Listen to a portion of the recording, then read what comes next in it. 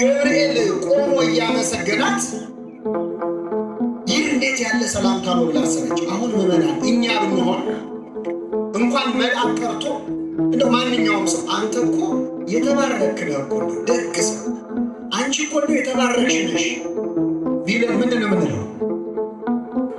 አላችሁ የተባረክሽ ነህ ቢለን ምንድን ነው የምንለው? ኧረ አይገባም አትሉ? ትላላችሁ አትሉ? ኧረ አይገባም እንላለን። በሆዳችን ደግሞ አነሰ እንላለን። ላይላዩን ምስጋናውን የማንፈልገው ይመስላል። ውስጣችን ምስጋናውን ይፈልጋል አይፈልግም? ድንግል ማርያም እኛ የምናደርገውን መግደርደር አይደለም የተናገረችው። ይህ እንዴት ያለ ሰላምታ ነው ብላ ምን አለች? አሰበች። ትሕትናዋ የአፍ አይደለም የልብ ነው። እንዲህ ያለውን የምስጋና እጅ መንሻ እንደምን እቀበለዋለሁ አለች። እንዴት ዝም ብዬ ልስማ ይህን የመሰለ ምስጋና አለች። ትሕትናዋ የልብ ነው። ሰው ትሑት የሚባለው በአፉ ራሱ ዝቅ ስላደረገ ሳይሆን በልቡ ትሑት ከሆነ ነው። እግዚአብሔር ለሁላችን የልቡና ትሕትና ያድለን። ይሁንልኝ የሚለውን ቃል ስትናገር አምላክ በማኅፀኗ አደረ። ይህን ቃል ሳትናገረው እንደው ለአንድ ደቂቃ ዝም ብላ ብትቆይ ኖሮ አምላክ ሳይጸነስ ለአንድ ደቂቃ ይዘገይ ነበር። ዝም ብላ ለአንድ ቀን ብትቆይ፣ ለሁለት ቀን ብትቆይ፣ ምክንያቱም የእሷ ይሁንልኝ የሚል ቃል የእኛ ድህነት ማስጀመሪያ ነው። የእኛን ድህነት በእናቷ አንደበት አስጀመረው። ስሙ የተመሰገነ ይሁን። እመቤታችን አምላክን መውለዷ ታላቅ ክብር ነው። ይህም መጀመሪያ ማወቅ አለብን። አንዳንድ ሰዎች በቃ ወለደችው እኮ ማለት አበቃ፣ ታሪኩ እዛ ላይ ያበቃል ብለው እንደ ዋዛ ሊያልፉ የሚሞክሩ ሰዎች አሉ። ወለደችው ብለን እንዴት እንለፈው? ከእሷ በፊት አምላኩን ወልዶ የሚያውቅ ሰው አለ እንዴ? ምመና የለም። እግዚአብሔር ልጄ ብሎ የጠራ እግዚአብሔር እማዬ ብሎ የጠራት ከእመቤታችን በቀር አለች እንዴ? የለች። እግዚአብሔርን ያቀፈች ያጠባች ድንግልናዊ ወተቷን በአምላክ አፍ ውስጥ ያፈሰሰች እግዚአብሔርን መመገብ እንዴት ያለ ክብር ነው ምመና። እኛ የዕለት እንጀራችንን ስጠን ለምንለው አምላክ ድንግል ማርያም የዕለት እንጀራውን ሰጥተዋለች። በተራበ ጊዜ አብልተዋለች። ከሁሉም ምዕመና አንድ ሕፃን ልጅ ሲያለቅስ እንባውን የምትጠርግለት ማናት? ክርስቶስ በግዘ ሕፃናት በቤተልሔም በኤፍራታ ሲያለቅስ እንባውን የጠረገችው ማናት? የአምላክን እንባ ጠረገችው። የእግዚአብሔርን እንባ ባበሰችበት እጇ የሁላችንን እንባ ታብስል። ምን አይነት ክብር እንደተሰጣት ተመልከቱ። ለፍጡር የማይሰጥ ክብር ነው። ማንም ያልተሰጠው ሊሰጠው የማይችል ክብር ነው እመቤታችን የተሰጠው።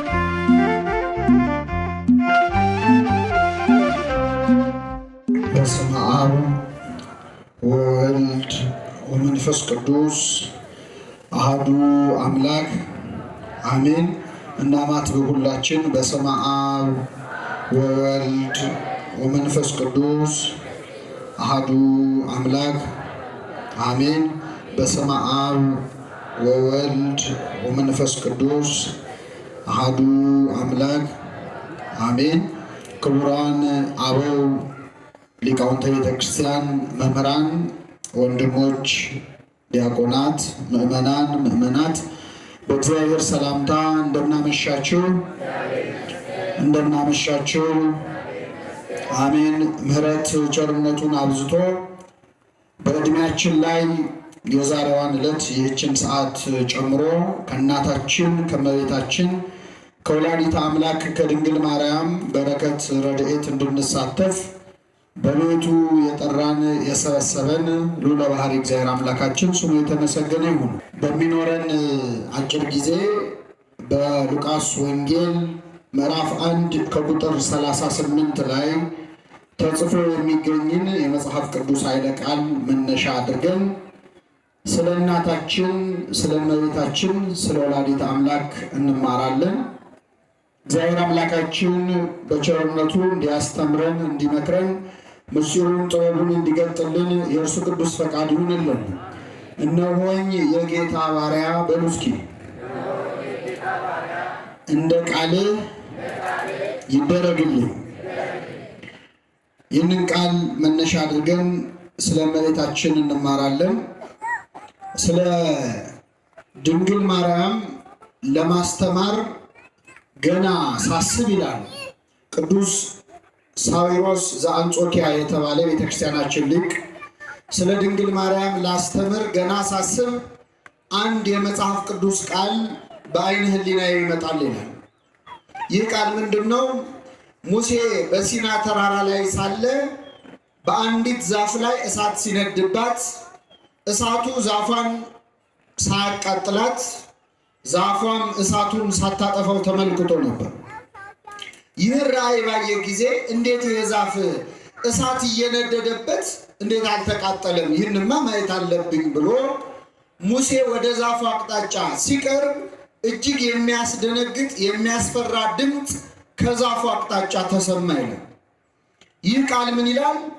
ሙሴ ሙሴ ሆይ ወደዚህ አትቅረብ፣ የቆምክባት ስፍራ የተቀደሰች ናትና በመጀመሪያ ጫማህን ከእግርህ ምን በል አውልቅ የሚል ቃል ነው። ቅዱስ ሳዊሮስ ምን ይላል? ሙሴ ወደዚያች እሳት ወደ ነደደባት ዛፍ ሊቀርብ ሲል ወደዚያ አትቅረብ እንዳለው እኔም መለኮትን ስለተሸከመችው ስለ ድንግል ማርያም ለማስተማር ገና ወደ እርሷ ሐሳቤን ቀረብ ሳደርግ ወደዚያ አትቅረብ፣ መጀመሪያ የኃጢአትህን ጫማ ከእግርህ አውልቅ የሚለኝ ይመስለኛል ይላል። በእውነት ምዕመናን እነ ቅዱስ ሳዊሮስ ስለ ድንግል ማርያም መናገር የማይገባቸው ከሆነ ለእኛ ለኃጢአተኞቹ ይገባናል እንዴ? አይገባም። ለዚህ ነው አባቶቻችን ስለ እርሷ መናገር የሚቻለው እንደምን ያለ አንደበት ነው፣ አስቦትስ ሊደርስበት የሚቻለው እንደምን ያለ ሕሊና ነው ይላሉ። ቅዱስ ዮሐንስ ዘደማስቆ የተባለ ሊቅ ደግሞ ድንግል ማርያምን ለመግለጽ መሞከር ማለት አንድ ሰዓሊ ፀሐይን ከነ ሙቀቷ ከነ ብርሃኗ ለመሳል መሞከሩ ማለት ነው። ፀሐይን መሳል ይቻላል፣ ከነ ሙቀቷ መሳል ይቻላል? አይቻልም። ስለዚህ እንደው ከበረከቷ ለመሳተፍ በምትኖረን አጭር ጊዜ ስለ እመቤታችን እንማራለን። እግዚአብሔር በቸርነቱ እንዲያስተምረን ቅዱስ ፈቃዱ ይሁንልን። የመጀመሪያው ምዕመናን እኛ ኦርቶዶክሳውያን ድንግል ማርያምን እንወዳታለን፣ ከፍ ከፍ እናደርጋታለን። ይህንን ስናደርግ አንዳንድ ሰዎች እንደው ትንሽ አልበዛም ወይ? ለድንግል ማርያም የምታሳዩት ፍቅር የምትሰጡት ቦታ እንደው ትንሽ ከፍ ያለ አይመስላችሁም ወይ ከመጠኑ ብለው የሚጠይቁ ሰዎች አሉ። ከውጭም ውስጥም ሆኖ እንደው ትንሽ የማይዋጥለት ሰው አይጠፋም። እና የሞተላችሁ የተሰቀለላችሁ ደሙን ያፈሰሰው ክርስቶስ አይደለ ወይ? ይህንን ያህል ቦታ ለድንግል ማርያም ለምን ትሰጣላችሁ ብለው የሚጠይቁ ሰዎች አሉ። ስለዚህ ምዕመናን መጀመሪያ የምንመለከተው እመቤታችን በእኛ መዳን ያላት ድርሻ ምንድን ነው? እኛ እንድንድን የድንግል ማርያም መኖር ምን ያህል አስፈላጊ ነው? ይህን እንመለከታለን። ሁለተኛው ምዕመናን አንዳንድ ሰዎች ደግሞ እመቤታችንን ያከበሩ መስሏቸው ለነገሩ መከበር ይገባታል፣ ምንም ቢሆን እኮ አምላክን የወለደችው የሚሉ ሰዎች አሉ። እየሰማችሁ ነው? አሁን እኛ አምላክን ወለደችው የሚለውን አንቃወምም፣ ግን ምንም ቢሆን የሚለውን አባባል አንደግፈው። አባቶቻችን ምሳሌ ሲመስሉ ምን ይላሉ መሰላችሁ? ጦጣ ከዛፍ ላይ ወጣች እና ዛፍ ላይ ሆና ድንገት ጅብ መጣባት። ያው እንደምታውቁት ጦጣና ጅብ ደግሞ ይዋደዳሉ እና መጥቶ ጅቡ ጦጣዋን ነይ ውረጅ አልበላሽም ብሎ ጠራት።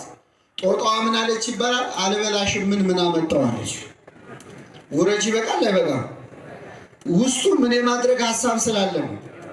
አንዳንድ ሰዎች ምንም ቢሆን እኮ መከበር አለባት ሲሉ ምንም ቢሆንን ምን አመጣው? ስለዚህ ሁለተኛው ምዕመናን በጣም ማስተዋል ያለብን እርግጥ ድንግል ማርያም አምላክን ወልደዋለች፣ በመውለዷም ከፍ ከፍ እናደርጋታለን። ነገር ግን እመቤታችን ቅድስና ያገኘችው ክብርን ያገኘችው አምላክን ከወለደች በኋላ አይደለም።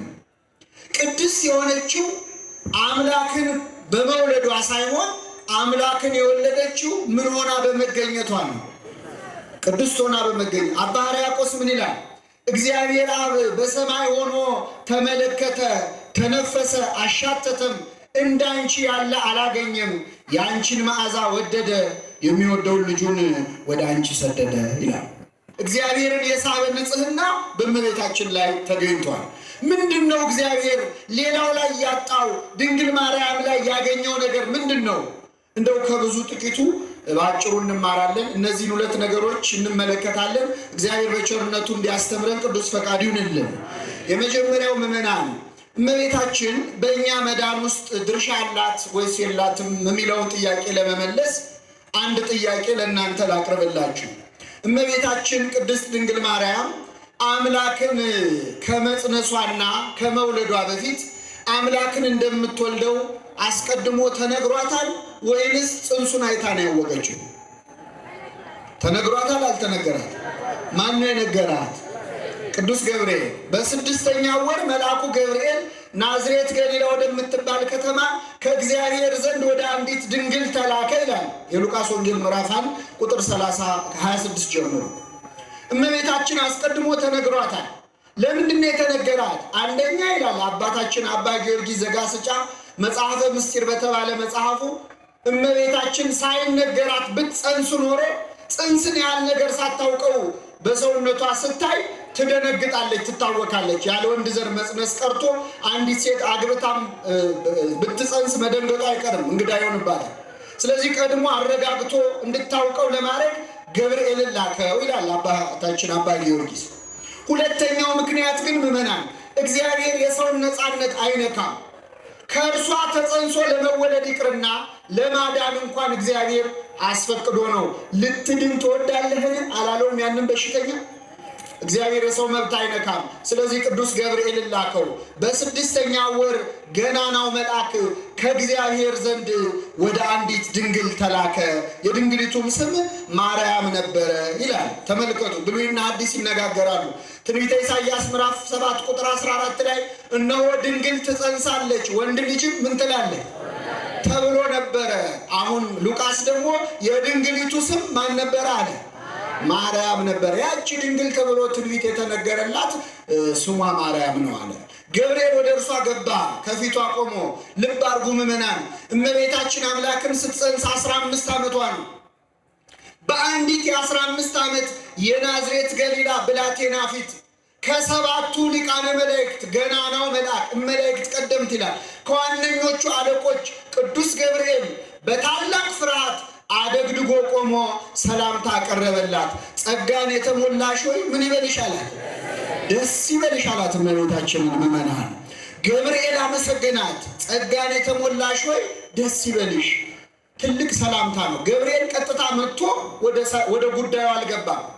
ማርያም ሆይ ትጸንሻለሽ አላለም፣ ትወልጃለሽ አላለም። ከጉዳዩ በፊት ሰላምታ ይቀድማል። አደግድጎ በፊቷ ቆሞ ምስጋና ቀረበ። ጸጋን የተሞላሽ ሆይ ምን ይበልሽ አላት? ደስ ይበልሽ አላት። ምዕመናን ገብርኤልን የላከው ማን ነው? እግዚአብሔር ነው። ገብርኤል የሚናገረው ማን ተናገር ያለውን ነው። ስለዚህ ጸጋን የተሞላሽ ሆይ ደስ ይበልሽ የሚለው ምስጋና ገብርኤል ይናገረው እንጂ ከማን የተላከ ነው ማለት ነው። አዎ ሄደህ ንገራት ብቻ አይደለም፣ አረጋግተህ ንገራት ተብሏል። ስለዚህ በፊቷ ቆሞ ጸጋን የተሞላሽ ሆይ ደስ ይበልሽ አለ። ምን ማለት ነው ጸጋን የተሞላሽ ሆይ? ምዕመናን ቅዱስ ጳውሎስ የጸጋ ስጦታ ልዩ ልዩ ነው ይላል፣ መንፈስ ቅዱስ ግን አንድ ነው ይላል። የየሰው ጸጋ የተለያየ ነው።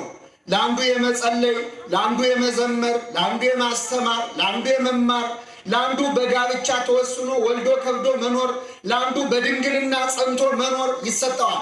የየሰው ጸጋው ምን ያለ ነው? የተለያየ ነው። እመቤታችን ጸጋዋ ምንድን ነው? መጸለይ ይሆን? መዘመር ይሆን? ማስተማር ይሆን?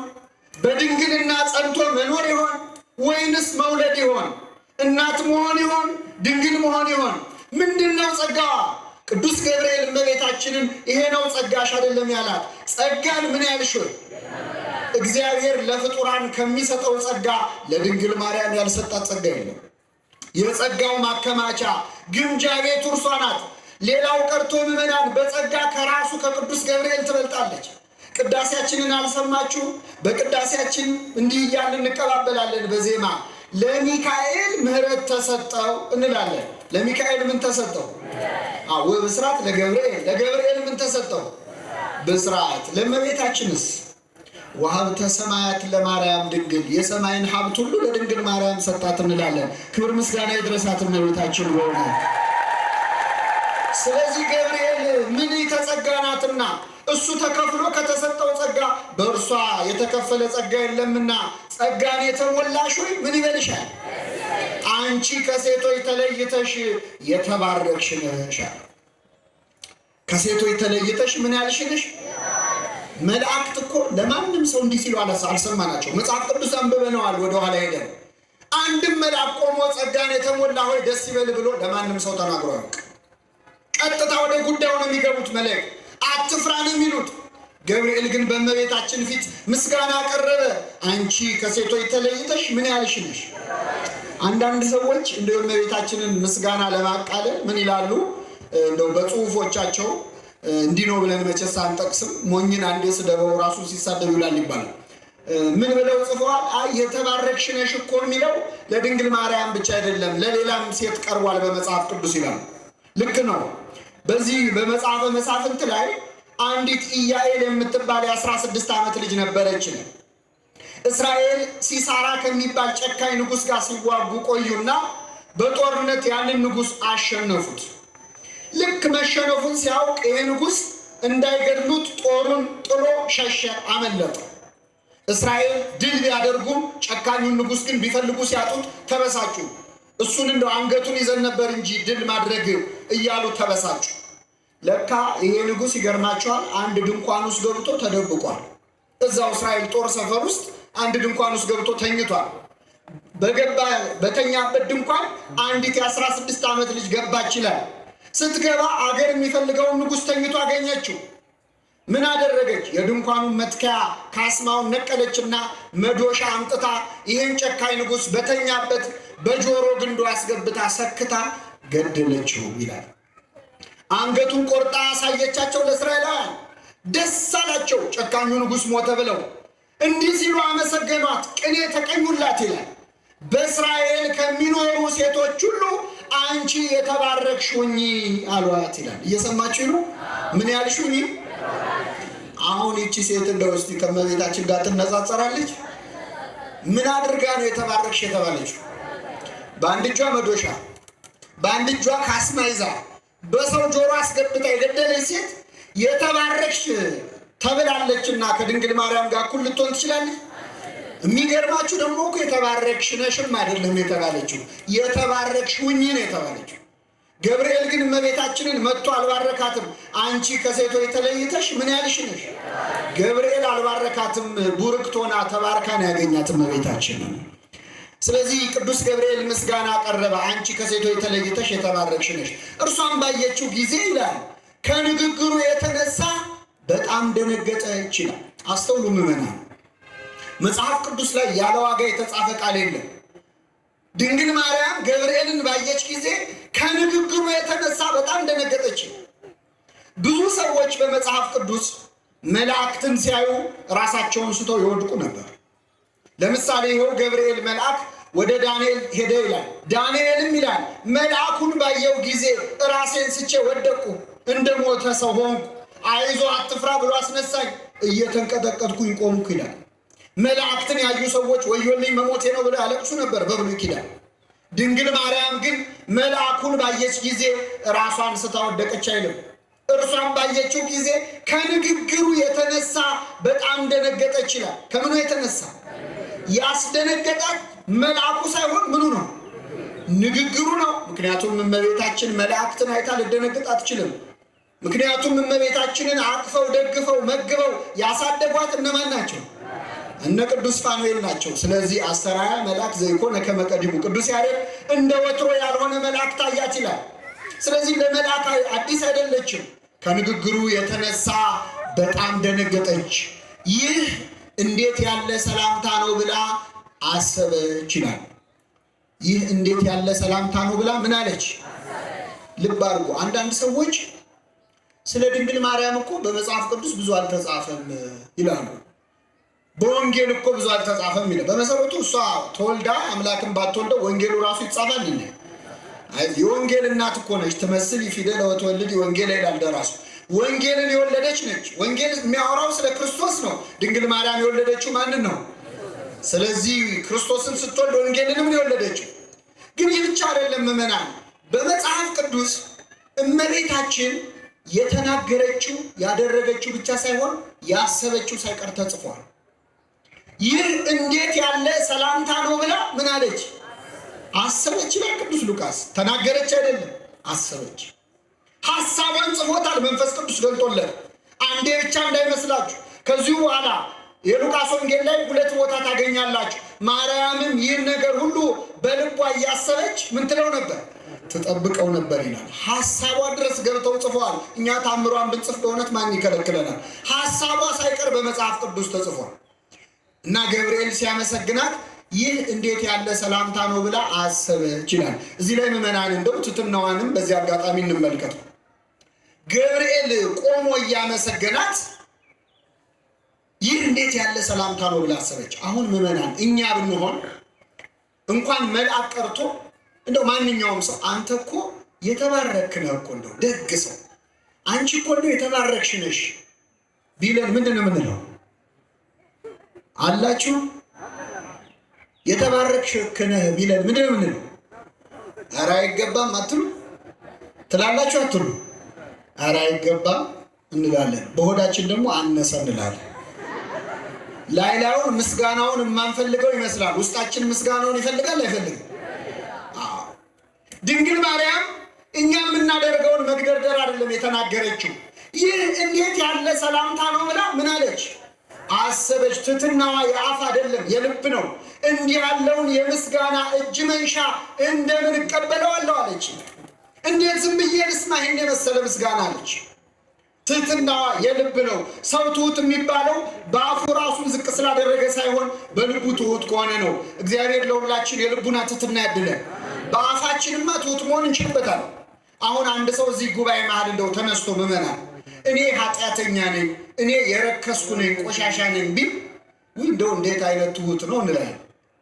ግን እዚህ ቆሞ እኔ የረከስኩ ነኝ ያለውን ሰውዬ ከዚህ ቤተ ክርስቲያን ሲወጣ ውጭ ጠብቃችሁ አንተ ርኩስ ናስቲ ብትሉት አቤት ይላል፣ ይጣላል አይደል እንዴ? ትሕትናው የአፍ ነው እንጂ የልብ አይደለም። ቅዱስ ዮሐንስ አፈወርቅ ምን አለ? ትሑት የሚባለው ኃጢአተኛ ነኝ የሚል ነው እንጂ ሚል ሳይሆን ኃጢአተኛ ነህ ብለው ሲሰድቡት የሚታገስ ነው ይላል። ለሁላችን ይህን ትሕትና ያድለን። ይህን ጊዜ ገብርኤል መለሰላት ስትፈራ እመቤታችን እንዴት ልቀበለው ሰላምታውን ስትል፣ አንቺ ከሴቶች ተለይተሽ የተባረክሽ ነሽ የሚለው ከበዳት። እሱ ግን ጨመረበት ቅዱስ ገብርኤል፣ ማርያም ሆይ አትፍሪ፣ በእግዚአብሔር ፊት ሞገስን አግኝተሻልና አለ። በማን ፊት? ምዕመናን እመቤታችን ክብር ሞገስ ያገኘችው በማን ፊት ነው? አንዳንድ ሰዎች እናንተ ኦርቶዶክሳውያን የድንግል ማርያምን ክብሯን አብዝታችሁታል ይላሉ። ክብሯን ያበዛው ማን ነው? እኛ ልንጨምረው እንችላለን? አንችል። ፀሐይ እኛ ብንሞቃትም ባንሞቃትም ሙቀቷ ይጨምራል ይቀንሳል? አይጨምርም አይቀንስም። ድንግል ማርያም እኛ ብናከብራትም ባናከብራትም በማን የተከበረች ነች? ክብር ምስጋና ይድረሳት እመቤታችን። በእውነት የሰው ምስጋና ምን ያደርግልሻል? የሰው ሞገስ ምን ያደርግልሻል? በማን ፊት ሞገስ አግኝተሻል? በእግዚአብሔር ፊት ሞገስ አግኝተሻል። እነሆ ትጸንሻለሽ፣ ወንድ ልጅም ትወልጃለሽ፣ ስሙንም ኢየሱስ ትዪዋለሽ አለ ቅዱስ ገብርኤል። ማን ትዪዋለሽ? እኛ ኢየሱስ የሚለውን ስም የሰማነው ከመጋቤ ሐዲስ ከቅዱስ ገብርኤል ነው። ለዓለም ኢየሱስ የሚለውን ስም ያመጣው ሰባኪ እሱ ነው። አንዳንድ ሰዎች የገብርኤልን በዓል ስናከብር ሲያዩ እንደ ኢየሱስን አታውቁትም ወይ ገብርኤልን ለምን ታከብራላችሁ ይላሉ። ደግሞ ለገብርኤል ኢየሱስን ሊያስተዋውቁ ማለት ነው። ለዓለም ኢየሱስ የሚለውን ስም ያመጣው ማን ነው? ስሙንም ኢየሱስ ትዪዋለሽ፣ እርሱም ታላቅ ነው፣ የልዑል ልጅ ይባላል። ጌታ አምላክ የዳዊት የአባቱን ዙፋን ይሰጠዋል፣ በያዕቆብ ቤት ላይ ለዘላለሙ ይነግሣል፣ ለመንግሥቱም ምን የለውም ፍጻሜ የለውም ማለት። ንጉሥ ትወልጃለሽ፣ የዘላለም ንጉሥ አላት። አሁን እመቤታችን ልትናገር ነው ምዕመናን። እስካሁን አልተናገረችም። ዝም ብላ ነበር፣ በልቧ ነበር ስታስብ የቆየችው። አሁን የመጀመሪያ ቃሏን ልንሰማው ነው። ምን ትል ይሆን ምዕመናን? እስካሁን ዝም አለች፣ አሁን ግን ተናገረች። ወንድ ስለማላውቅ ይህ እንዴት ይሆናል አለች።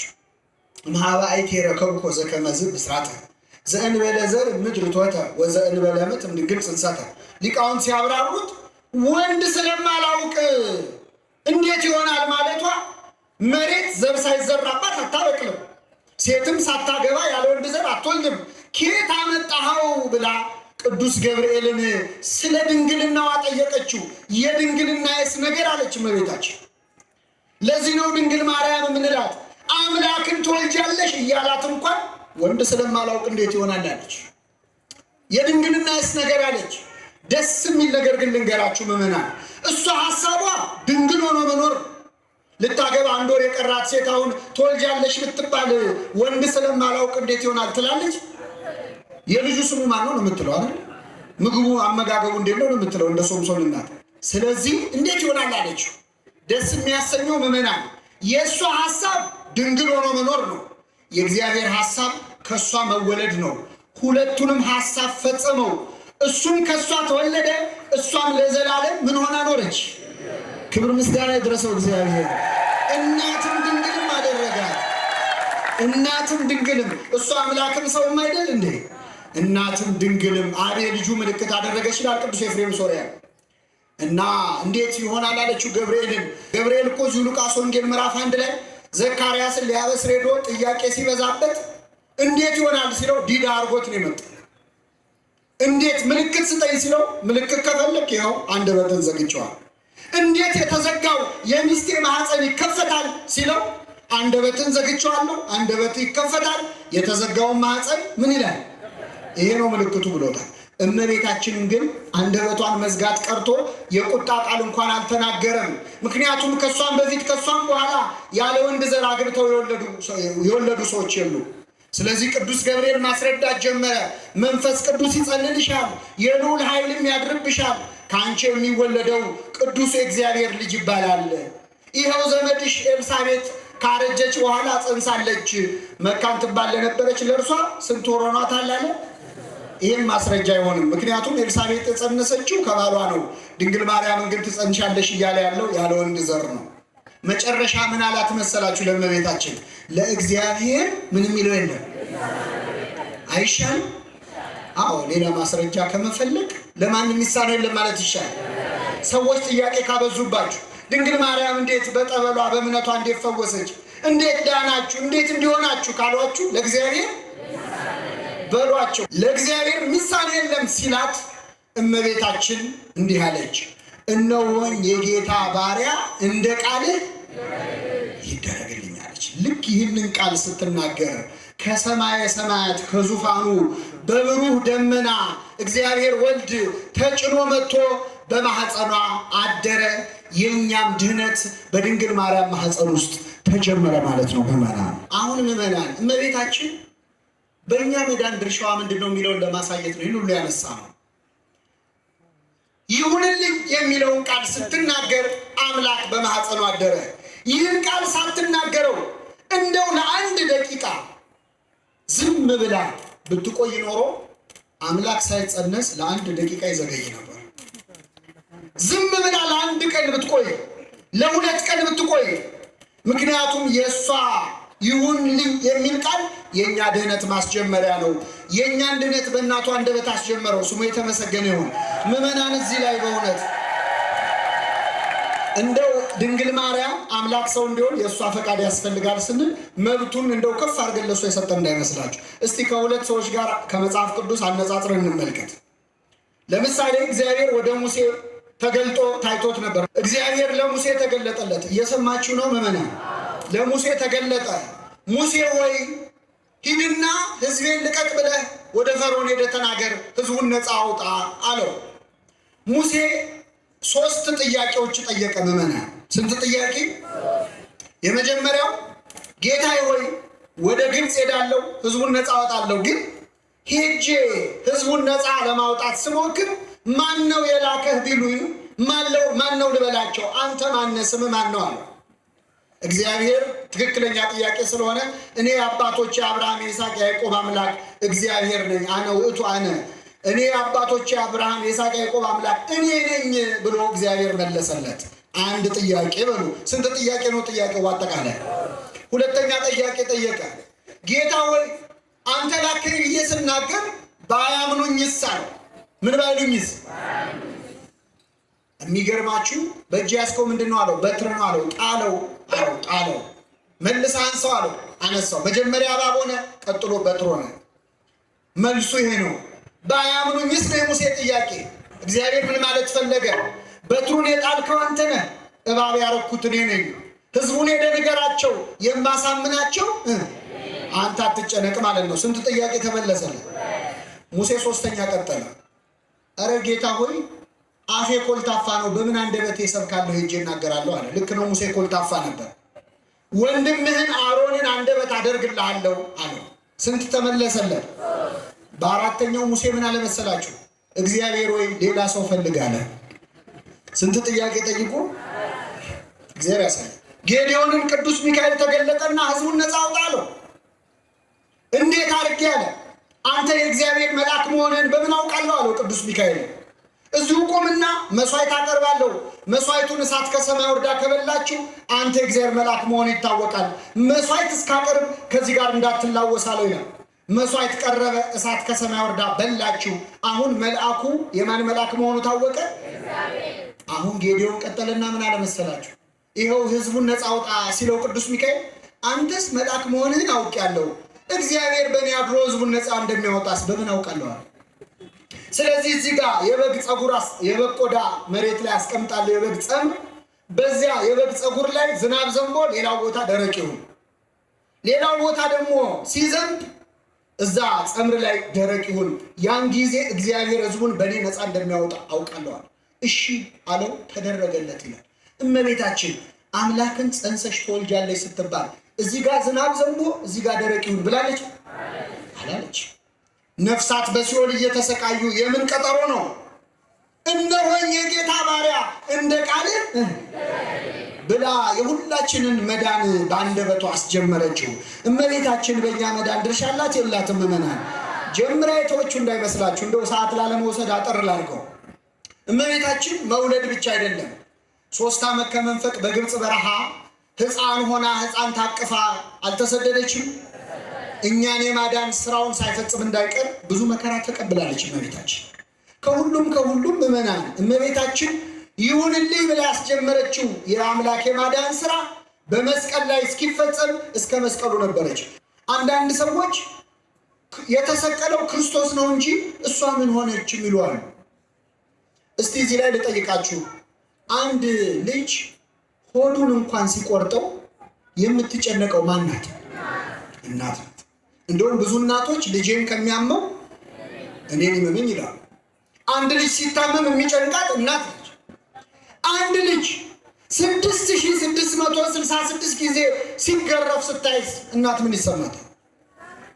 እመቤታችን እኮ ምእመናን በዕለተ ዓርብ እዚያ ቆማ ነበር። እሱ ነው እንጂ እሷ አልተሰቃየችም የሚሉ ሰዎች ያልተረዱት እየተሰቃየ ያለው እኮ ልጇ ነው።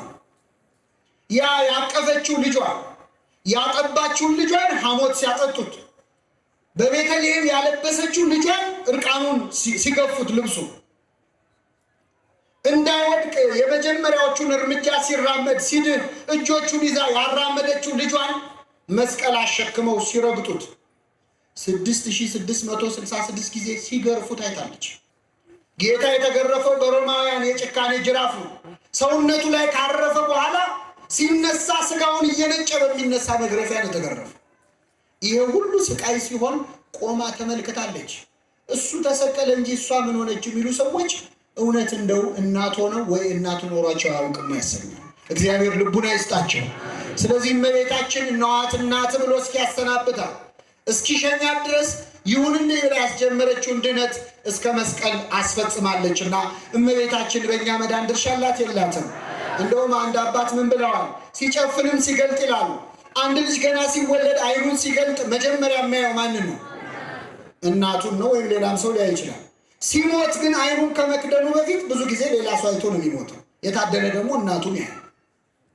ክርስቶስ ግን ሲወለድም መጀመሪያ ያየው እናቱን ነበር። የመጨረሻውን ቃልም ከተናገረ በኋላ እነኋት እናትህ እነሆ ምንሽ ልጅሽ ብሎ ለዮሐንስ እዛው መስቀል ላይ ሰጥቶ ነፍሱን ሰጠ።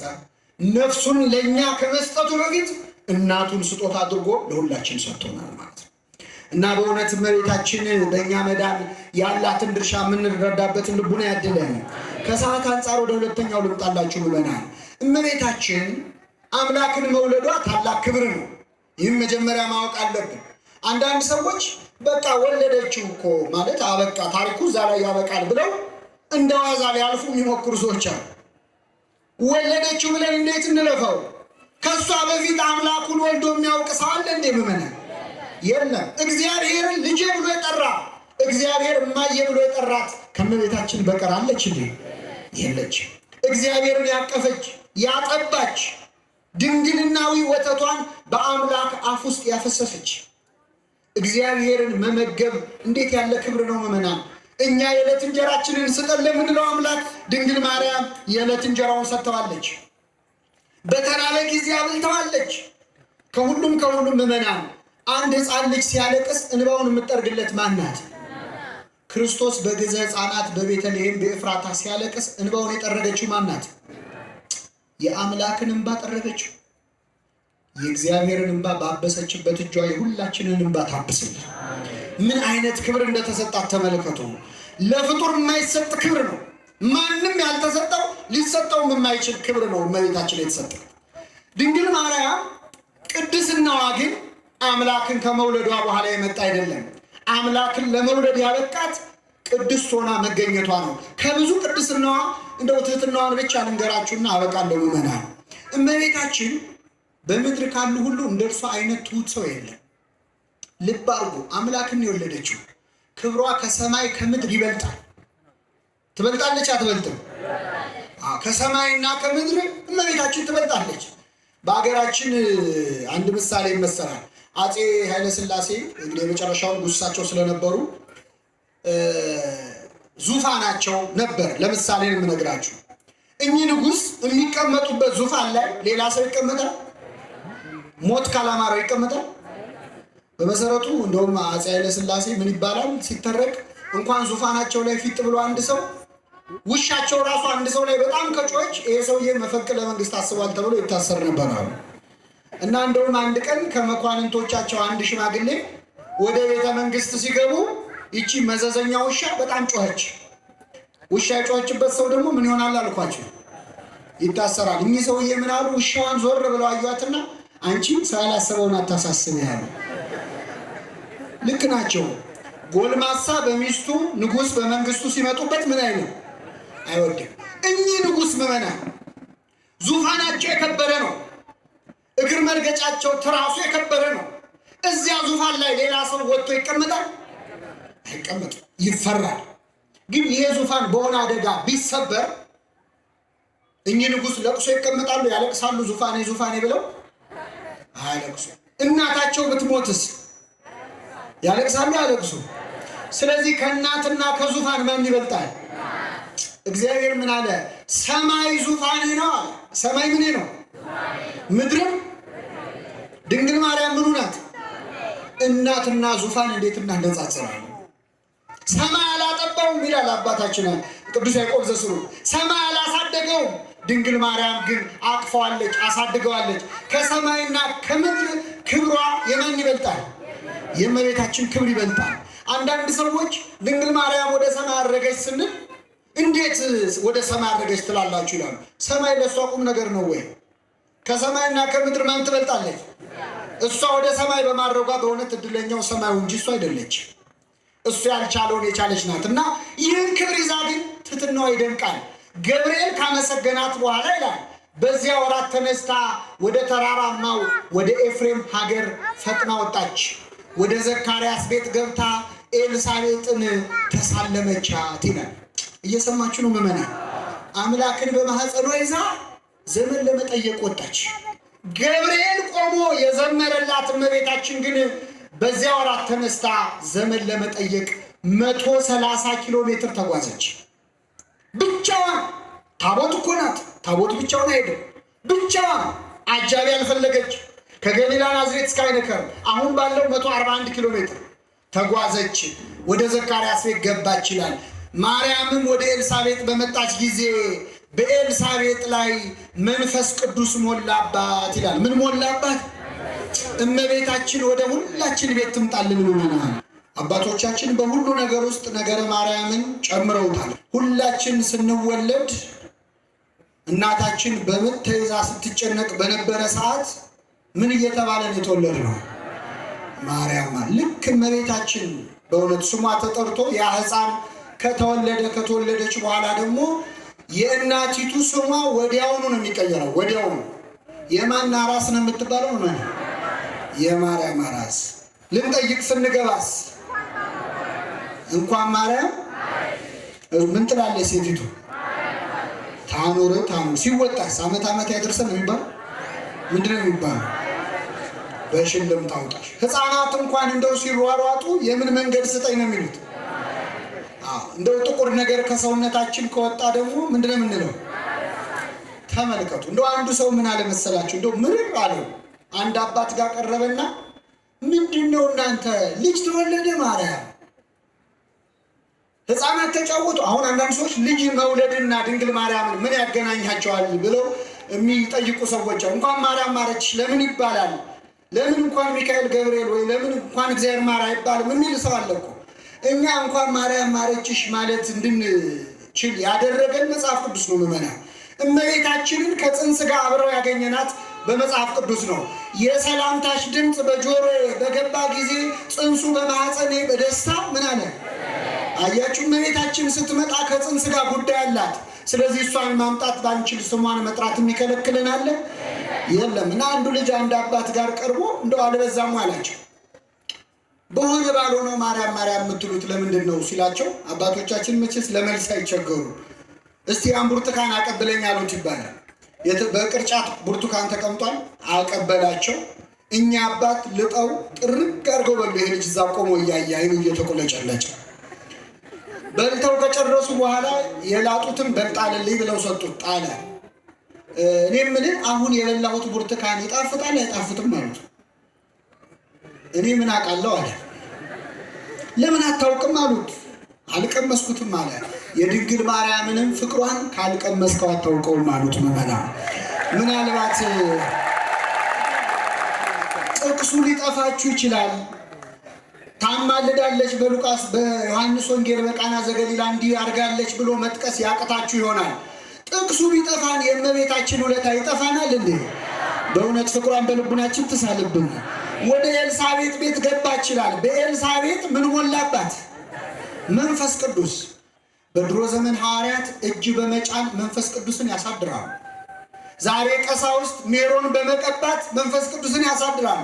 እመቤታችን እንደ ጳጳሳቱ እፍ ሳትል፣ እንደ ካህናቱ እንደ ሐዋርያቱ እጅ ሳትጭን፣ ሜሮን ሳትቀባ በሰላምታዋ ድምፅ ብቻ በኤልሳቤጥ ላይ መንፈስ ቅዱስ ሞላባት ይላል። ወደ ሁላችን ሕይወት ትምጣለን እመቤታችን። እሷ የመጣች እንደሆነ በቤቱ መንፈስ ቅዱስ ይሞላል። በእውነት አንቺ ከሴቶች ተለይተሽ ምን ያልሽ ነሽ? የማኅፀንሽን ፍሬ ተመልከት። ቅድም ሰምተነዋል። ቅዱስ ገብርኤል መጥቶ አንቺ የተባረክሽ ነሽ ብሎ ነበር።